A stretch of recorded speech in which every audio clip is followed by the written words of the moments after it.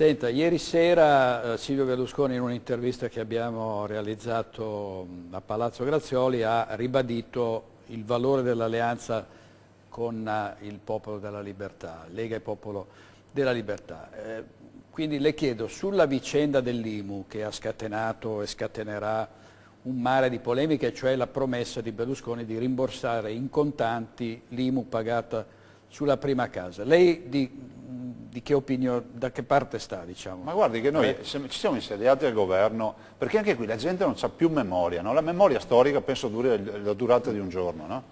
Cioè, io dico ai cittadini, ci siamo insediati al governo con una promessa nel 2008, io ero ministro, maggio 2008, è il primo decreto che faremo, il primo Consiglio dei Ministri sarà togliere l'ICI, ve lo ricordate? Vi siete resi conto che abbiamo tolto l'ICI?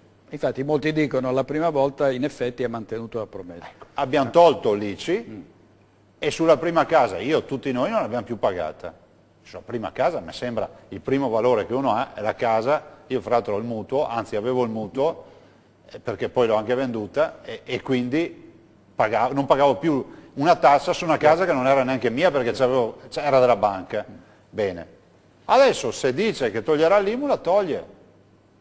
Cioè l'IMU l'ha introdotta a monte. Ecco, ma voglio dire, è una cosa demagogica, come dicono alcuni, secondo lei, oppure ha un valore anche economico? Cioè, ma guardi, ha un valore economico innanzitutto perché non c'era, l'abbiamo tolta noi.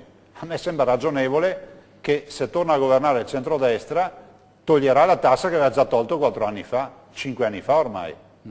Io la vedo lineare, cioè se ti sei speso 5 anni fa per toglierla, te la ritrovi messa da un altro, dici se torno la ritolgo. Tutto qua, io non ci vedo tutti questi scandali. Ovvio che questa campagna elettorale sta diventando una campagna delle polemiche, vedo anche sulle quote latte, è un casino. Ecco, altro tema che bisogna assolutamente che lei chiarisca, perché insomma qui sembra che la Lega sulle quote latte voglia difendere gli allevatori fuori legge. Dove sta la verità? Cioè lei lo può dire, lei è stato il Ministro dell'Agricoltura, per cui... Guardi, posso parlare col cuore ai cittadini. Sì. Quando vedete gente parlare di quota latte, la prima roba che dovete fare è guardare il calendario.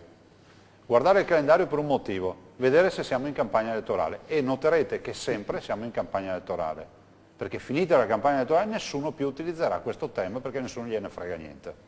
Adesso siamo in campagna elettorale, tutti, Albertini avete visto Albertini? Ha parlato di quote latte, io non so neanche se ha mai visto una vacca in vita sua. Bersani ha parlato di quote latte, non so mai se ha visto una vacca in vita sua. Allora io dico, cosa è accaduto, direttore? Ve lo dico io cosa è accaduto. C'è una relazione della Corte dei Conti molto grossa, saranno 50, anche di più, forse 70-80 pagine. Corte dei Conti, un'inchiesta sulle quote latte. La Corte dei Conti presenta questa relazione di un anno fa, o giù di lì, e fa un'introduzione di una paginetta e poi dà tutti i dati, spiega, mostra le sentenze. Nell'introduzione, per i guasconi, quelli che devono usarla per la campagna elettorale, c'è scritto la multa delle quote latte è costata allo Stato 4 miliardi e 4. Basta, adesso facciamo campagna elettorale. Ma le carte vanno lette tutte. In quella relazione c'è scritto chi le ha fatte le multe, di chi è la colpa, quali sono le leggi, cosa dicono i carabinieri, e ve lo dico io. Innanzitutto le quote latte, i 4 miliardi e 4 di multa si sono accumulati dal 1981 ad oggi, 30 anni. Pensi che già alla fine anni 80 la multa era di 2 miliardi e 2, tutto quello che vi sto dicendo è scritto in quella relazione, era già di 2 miliardi e 2. Negli anni si è accumulata la multa, negli anni si sono fatte due grandi robe, innanzitutto si è fatta una bonifica fino al 95 di tutto quello che era stato bonificato. A me non risulta che ci fosse Lega, Berlusconi, eccetera, nell'84, 85, 86, 87, fino al 95, no? Tutto bonificato, miliardi di euro. Dal 95 in poi inizia una gestione più oculata della multa per alcuni produttori e si fanno sostanzialmente due rateizzazioni. Una a inizio anni 2000, non onerosa, cioè dividono la multa per ogni produttore in 15 rate annuali, senza interessi. Poi l'ultima legge l'ho fatta io, che è la migliore, dove ho fatto pagare la multa residua a interessi legali, facendo fare la rinuncia dei contenziosi, cioè, quindi niente più causa dello Stato. Chi non aderiva all'asta l'azienda. Pensi che la mia legge è stata avvistata dall'Europa. Quindi quando Monti dice, come questa mattina ho visto un'agenzia di stampa, la Lega è responsabile di 4 miliardi e 4, dice una cazzata, ma è una cazzata autentica, perché la multa del quote latte è di 4 miliardi e 4 accumulata in 30 anni. La Lega non ha mai agevolato nessuno e dico ancora di più, visto che non hanno neanche la pazienza, Monti compreso, Bersani e Albertini e tutti quelli che hanno parlato di quote latte, vadano a leggersi la relazione, ve la do io, se qualche cittadino la vuole, chiami in segreteria da me, 041 279 2863, 041 279 2863, vi do le 80 pagine, ve le regalo, anzi ve le regalo a lente perché i fogli sono del lente, e ve la leggete prima di dormire. Sapete cosa c'è scritto in quella relazione? Alla fine c'è scritto, però Zaia diede incarico ai carabinieri di fare una commissione d'inchiesta e ne venne fuori, fra parentesi c'è scritto nella relazione, oggi oggetto di indagini delle procure, che i conti del quote latte sono sbagliati. Cosa significa? Che qualcuno, o col dolo, con la colpa grave o con la cretinaggine, ha sbagliato i calcoli del latte. Ma se è così vuol dire che lo Stato ha pagato delle multe che non doveva pagare l'Europa e che i produttori hanno pagato allo Stato, devono pagare allo Stato delle multe che non dovevano pagare. Tutto qua.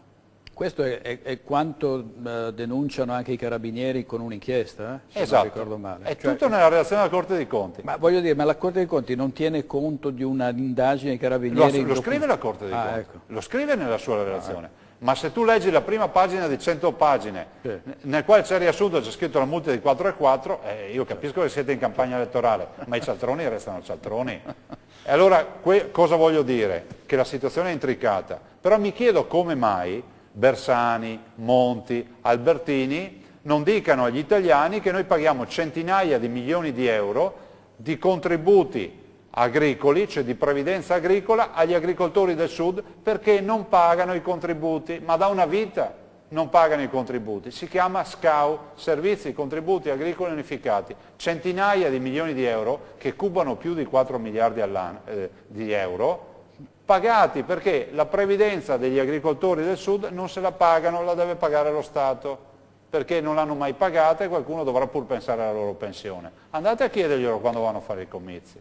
Ecco, Presidente, ma su questo, qui c'è in Veneto credo ci sia la percezione di un piano più o meno diabolico per massacrare l'economia locale. Voglio dire, questa ipotesi di Monti al soldo della Merkel che aiuta la Germania a distruggere i concorrenti del Veneto, perché qua, ricordava qualcuno, si fanno gli assi dei motori della Mercedes, ad Arzignano si fanno i sedili con la pelle, cioè voglio dire, questi vogliono in qualche modo colpire Ma guardi, lei, il nord-est o no? Secondo me lei è troppo buono, gli attribuisce troppa intelligenza. Cioè, chi ha strategia ha intelligenza. Qui secondo me non c'è strategia, non c'è neanche intelligenza nell'approccio. Scusi, io le ho appena detto, no? Lo ripeto, tu vai a governare e vedi che applicando i costi della pubblica amministrazione del Veneto hai un risparmio di 28 miliardi di euro all'anno, se tu applichi questi costi a tutte le regioni. Vuol dire un terzo degli interessi del debito pubblico te lo paghi, quindi è una roba. Scegli di non far questo perché vorrebbe dire ai calabresi, ai siciliani, ai campani, ai pugliesi e ai laziali di darsi una svegliata. Certo. E allora dice, ma siccome devo portare a casa soldi, aumento le tasse. Ma le tasse su chi le metti? Su chi lavora? Cioè sul nord. E questo è quello che sta accadendo. A me non sembra che ci sia una strategia. Qui c'è un calcolo da carta di formaggio fatto con il sistema migliore, no? Il curatore fallimentare fa così. Cioè il curatore fallimentare non si occupa più del processo produttivo, si occupa solo di fare cosa? Di chiudere i conti, fare in modo che i creditori siano tacitati, se non prendono il 100% prenderanno l'80% del credito e si chiude lì, per non portare i libri in tribunale. Ma noi non avevamo bisogno di una figura come questa. E i cittadini, ma non perché siamo in campagna elettorale, hanno ragione a votarli. Li votino Monti, lo votino.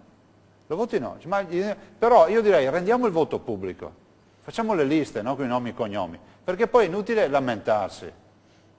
Cioè qui ci sono 700 aziende quest'anno che sono andate in Carinzia, ma non le parlo di quelle che vanno in Slovenia, non le parlo di quelle che vanno in Croazia, in Serbia, c'è un esempio eclatante, Benetton. E a Bolzano? A Bolzano, addirittura invitate con lettera. Io dico, qualcuno mi dice, ma voi siete ancora secessionisti? Ma non serve, si arrangiano già le imprese. La secessione esiste già. Cittadini, quelli che appesi alla bandiera, che hanno dedicato il loro tempo a fare le celebrazioni di 150 anni con la bandierina, vadano a sbandierarla in Carinzia, dove ci sono 700 aziende venete che se ne sono andate e abbiamo perso 13.000 posti di lavoro. Io dico, ma valeva la pena di buttare via tutti quei soldi per le celebrazioni quando potevamo creare occupazione per i giovani con quei soldi, invece di fare convegni, concerti, parate inutili, stampe di libri, stampe di robe che non serviva a niente, cioè milioni di euro, ma perché uno vuole celebrare i 150 anni dell'Unità d'Italia, fatto nobile, lo dico, prende, dice, bene, il budget quant'è? 100 milioni di euro? Creiamo 1000 posti di lavoro sicuri per 1000 ricercatori. Quelli sono i ricercatori del 150esimo, gli mettiamo proprio il timbretto sul camice per una vita. No. Parate, convegni, robe inutili, tromboni che ci hanno raccontato la storia in lungo e in largo da tutte le parti, giornalisti che hanno editato libri, scrittori, c'è di tutto. E resterà nulla, il vuoto spinto.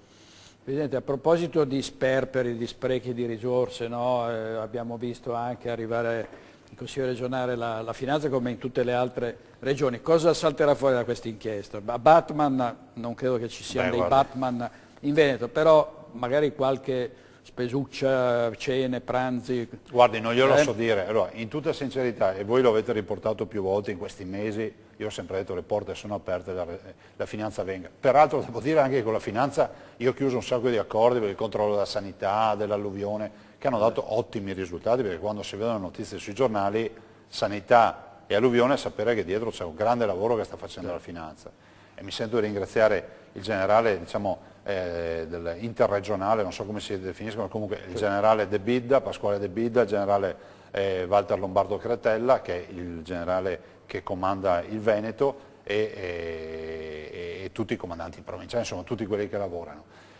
Dico, beh, venga, si facciano, guardi, l'interesse di uno che non ha robe da nascondere è quello che si faccia veloce. A me a volte chiedono, ma lei cosa pensa dell'immunità? Io penso che l'immunità sia una cazzata, che sia la peggio cosa che si è inventato. Però dico sempre, se toccasse a me di avere un'indagine, io poi la vivo anche come si dice, male personalmente, non lo nego, che mi dà fastidio, cioè non sono come tanti che hanno l'avviso di garanzia e ci ridono sopra. Dico, guardate, a noi amministratori dovete garantire una cosa, via l'immunità, ma via del tutto.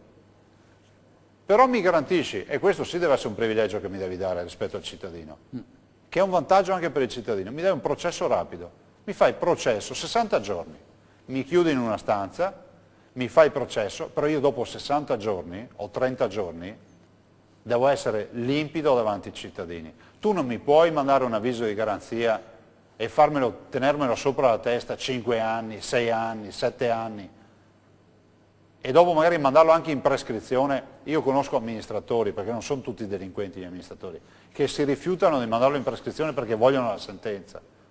Dopo 10 anni arrivano sentenze di assoluzione quando non c'è più nulla.